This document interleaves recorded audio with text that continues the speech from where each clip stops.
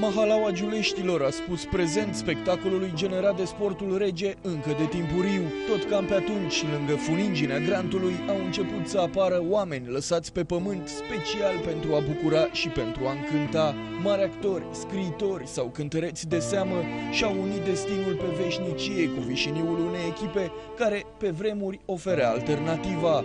Odată cu trecerea anilor, tribuna Rapidului își mută însă încet, dar sigur, monștrii sacri mai aproape de Dumnezeu.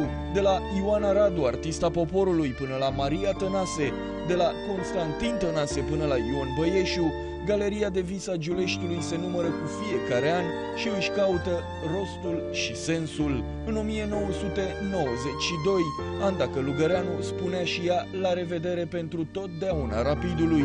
3 ani mai târziu, Ștefan Bănică senior trecea în lumea celor drepți, oferind cerurilor un suflet vișiniu. În 1997, Puiu Călinescu înceta din viață, pentru ca la distanță de doar un an să-l urmeze Silviu Stănculescu. Tribuna era din ce în ce mai altfel. În 2006, după o victorie de vis a Rapidului în Europa, Laura Stoica era condusă pe ultimul drum de Legione Granata. Din iulie 2007, vocea de aur a lui Florian Pitiș nu s-a mai auzit pe Giulești, pentru ca în 2008 Colea Răutu să părăsească și el galeria numelor celebre ce au iubit tumultul grantului.